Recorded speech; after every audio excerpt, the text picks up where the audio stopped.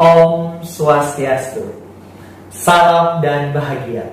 Setiap harinya, tanpa disadari, guru dihadapkan oleh keberagaman yang banyak bentuknya. Mereka secara terus-menerus menghadapi tantangan yang beragam dan kerap kali harus melakukan dan memutuskan banyak hal dalam satu waktu. Keterampilan ini banyak yang tidak disadari oleh para guru, karena begitu naturalnya hal ini terjadi di dalam kelas, dan betapa terbiasanya guru menghadapi tantangan ini di kelas. Berbagai usaha mereka lakukan yang tentu saja tujuannya adalah untuk memastikan setiap murid terpenuhi setiap kebutuhan belajarnya.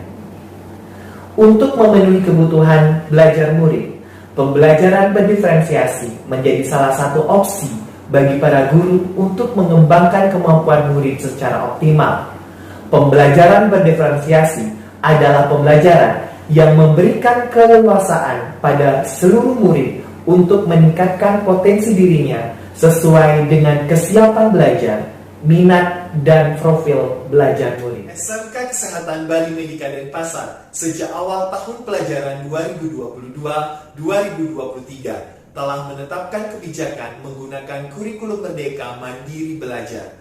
Melalui penetapan kurikulum akademik ini, menuntut guru untuk dapat melaksanakan pembelajaran yang berorientasi pada pembelajaran berdiferensiasi. Untuk memaksimalkan pembelajaran berdiferensiasi yang dilakukan oleh para guru, dilaksanakan supervisi akademik oleh kepala sekolah yang dirangkai dengan refleksi menggunakan model coaching dengan alur tirta. Metode coaching merupakan salah satu metode yang dapat digunakan untuk mengembangkan kepercayaan diri, kemandirian sesama, sehingga berani melangkah secara mandiri. Alur tirta adalah langkah dalam pelaksanaan coaching yang berasal dari sebuah akronim, yaitu tujuan, identifikasi, rencana aksi, dan tanggung jawab. Melalui alur ini, seorang coach akan dapat mengembangkan kompetensinya sendiri, menyelesaikan kendala pembelajaran berdasarkan potensi yang ia miliki. Oleh sebab itu, diharapkan pelaksanaan supervisi akademik melalui coaching dengan alur tirta memaksimalkan pembelajaran berdiferensiasi di SMK Kesehatan Bali. Sesuai dengan jadwal yang sudah Bapak kirim, hari ini adalah jadwal saya akan melakukan supervisi akademik. Apakah Bapak sudah menyiapkan segala administrasinya, Pak? Baik, untuk administrasi sudah Siap, terima kasih.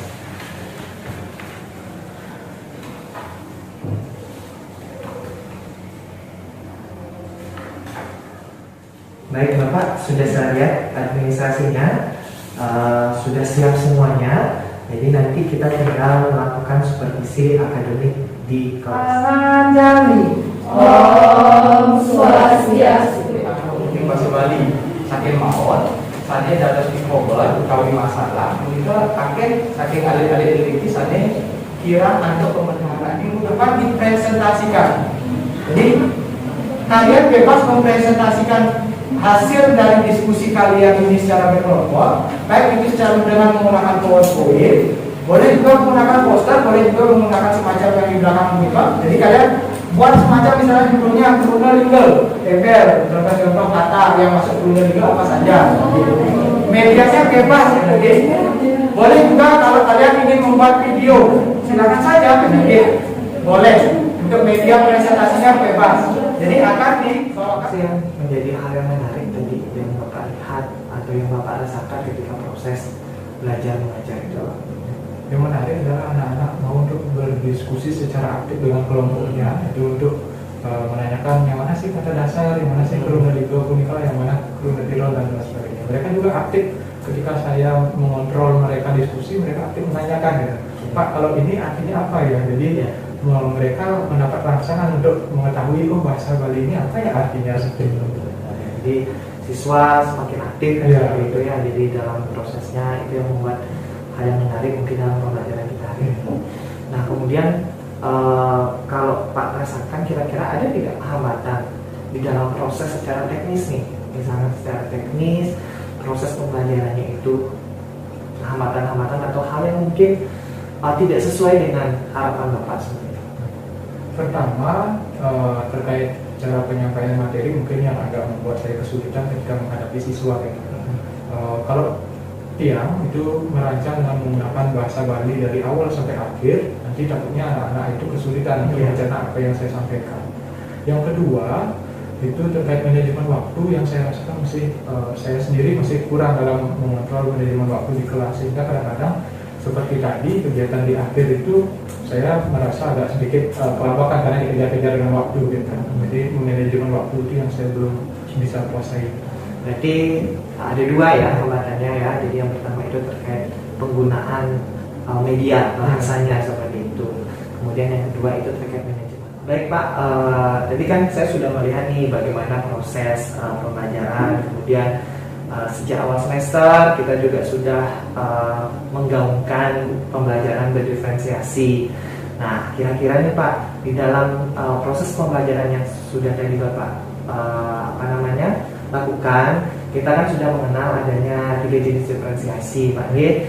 Ada diferensiasi konten, ada diferensiasi proses, kemudian juga ada diferensiasi produk. Nah, kira-kira di dalam proses pembelajaran Bapak itu apakah semua model diferensiasi itu sudah Bapak laksanakan atau bagaimana Pak?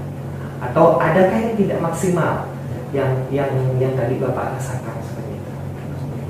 Dari pembelajaran yang saya lakukan, yaitu yang kegiatan pembelajaran berdiferensiasi, ada satu yang mungkin belum saya terapkan secara maksimal, yaitu diferensiasi proses. Di mana untuk mengetahui minat bakat siswa itu belum saya pahami secara maksimal, jadi saya belum tahu karakteristik siswa itu. Jadi mereka sebagai peserta didik mau pembelajaran yang bagaimana agar mereka mau tertarik dan mau agar pembelajaran itu menyenangkan bagi mereka, seperti itu. Itu sih Pak. Oke, baik. Nah, kira-kira nih Pak, jadi Bapak sudah mengatakan bahwa yang belum maksimal itu adalah diferensiasi proses ya. Kemudian tadi saya juga lihat diferensiasi konten sudah ada, kemudian diferensiasi produk juga sudah ada. Mungkin proses tadi seperti yang Pak sampaikan, proses belum maksimal. Nah, kira-kira nih Pak, apa sih yang dapat Bapak lakukan ya agar diferensiasi proses ini juga bisa maksimal nih dilaksanakan di kelas atau di dalam pembelajaran Bapak? Tentunya saya harus mengenal peserta didik satu persatu untuk mengetahui karakteristik mereka. Jadi saya harus petakan peserta didik dulu. Jadi untuk mengetahui minat mereka di bahasa Bali itu ada apa gitu. Jadi kalau berbicara terkait bahasa Bali itu sebenarnya ada 3, aksara, sastra, dan bahasa. Nanti saya bisa petakan siswa itu minatnya di bidang apa, apakah di bidang bahasa atau di bidang aksara. Itu yang saya harus lakukan. Nah, baik, jadi itu mungkin solusi yang akan Bapak lakukan. Hambatan yang tadi Bapak dapatkan, kemudian sudah Bapak dapatkan kira-kira penyelesaiannya seperti apa? Kira-kira mulai kapan nih Bapak akan jalankan? Secepatnya Pak, mulai besok saya sudah terapkan itu. Pertama untuk manajemen waktu itu, mulai saya latih ketika besok ada jam mengajar, nanti saya harus karena untuk waktu ini kan sebuah kebiasaan gitu. Jadi kalau harus perlu dibiasakan. Kalau terkait kebahasaan mungkin sudah saya terapkan, tetapi ya bertahap. Untuk yang belum saya terapkan itu adalah menambahkan beberapa kosakata di media pembelajaran. Itu yang akan saya lakukan di pembelajaran berikutnya.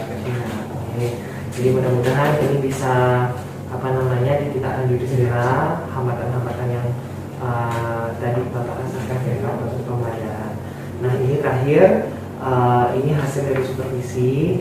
Jadi sudah saya berikan beberapa catatan-catatan juga. Nanti silakan Bapak Bapak lihat, dan kita sudah refleksi bersama, dan mudah-mudahan ini juga dapat menjadi sebuah pedoman ya untuk Bapak untuk memperbaiki proses pembelajaran. Refleksi dalam supervisi akademik ini sangat membantu saya, khususnya untuk mengevaluasi diri sendiri ketika melakukan proses pembelajaran di kelas. Jadi bagaimana mengelola pembelajaran dengan baik, dengan efisien, dengan manajemen waktu. Tadi ketika melakukan refleksi dengan Bapak Kepala Sekolah, jadi hal itu sangat membantu saya untuk meningkatkan kualitas diri menjadi seorang pendidik ke depan agar mampu mengelola kelas dengan baik, menyampaikan materi dengan baik, sehingga anak-anak didik mampu belajar dengan merasa nyaman dan mampu mendapatkan materi yang memang mereka butuhkan. Terima kasih.